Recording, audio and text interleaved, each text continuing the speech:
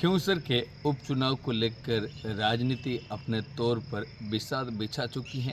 वहीं खिंवसर का गढ़ हनुमान बेनीवाल के नाम शुरू से ही रहा है, लेकिन इस बार बीजेपी इस गढ़ को जीतने के लिए कोशिश कर रही है और एक चर्चाओं में नया नाम आया है कि इन दिनों बीजेपी में किसी बड़े जाट नेता को टिकट दिया जा सकता है। खिंवसर के चुनाव में यह नहीं लग रहा है कि रेवंतराम डांगा को टिकट नहीं देकर किसी बड़े जाट नेताओं में माना जाए तो नागौर में एकमात्र है सी आर चौधरी को खिंवसर की सीट पर उतारा जा सकता है।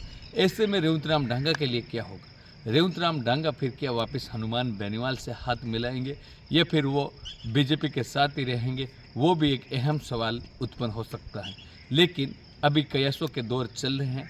वहीं मुख्यमंत्री भजनलाल शर्मा द्वारा लगातार पिछले हफ्ते खिंवसर विधानसभा क्षेत्र के अलग अलग भाजपा कार्यकर्ताओं को जयपुर फोन करके बुलाकर उनसे भी रणनीति बनाई गई थी, कैसे करके खिंवसर की सीट में इस बार आरएलपी को खत्म करते हुए बीजेपी का कमल का फूल खिलाया जाए। ऐसे में बीजेपी अपनी पूरी कोशिश कर रही है। इसको लेकर कल परसों ही कैबिनेट मंत्री सुरेश राउत ने भी खिंवसर विधानसभा क्षेत्र के अलग अलग गांवों में बैठक करते हुए भाजपा कार्यकर्ताओं के साथ चर्चा करते हुए उनकी समस्याओं का समाधान भी किया है और इसको लेकर ऊर्जा मंत्री भी आ चुके हैं। खिंवसर विधानसभा की समस्याओं का समाधान कर अलग अलग मंत्री आकर अलग अलग खिंवसर क्षेत्र की समस्याओं का समाधान कर रहे हैं और उनके साथ रेवंतराम डांगा जरूर नजर आते हैं। लेकिन चर्चाओं में आ रहा है कि किसी बड़े जाट नेता को टिकट खिंवसर से दिया जा सकता है, जिन पर सभी की सहमति हो सकती है। लेकिन लग नहीं रहा कि खिंवसर के क्षेत्र में सहमति होगी।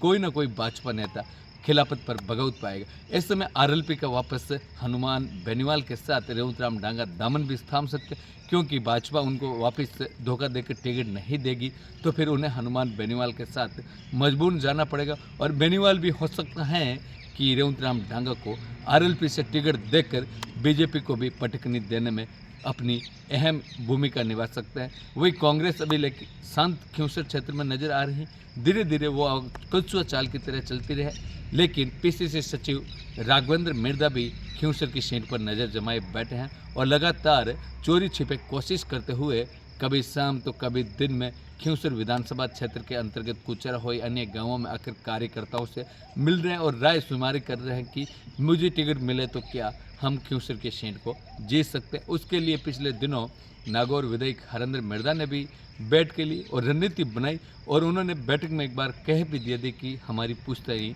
3 पीढ़ियों से ये सीट है। यानी खिंवसर के लिए कांग्रेस से राघवेंद्र मिर्धा भी दावेदारी करते हुए नजर आ रहे हैं। वहीं हनुमान बेनीवाल किन को टिकट दे, अपने भाई नारायण बेनीवाल या कनिका बेनीवाल या फिर कोई बीजेपी से बागी होकर टूटकर वापस हनुमान बेनीवाल की शरण में आए और हनुमान बेनीवाल को मजबूती प्रदान करे, उनको टिकट दिया जा सकता है। लेकिन खिंवसर का चुनाव इस बार बड़ा ही रोचक होने वाला है। धन्यवाद।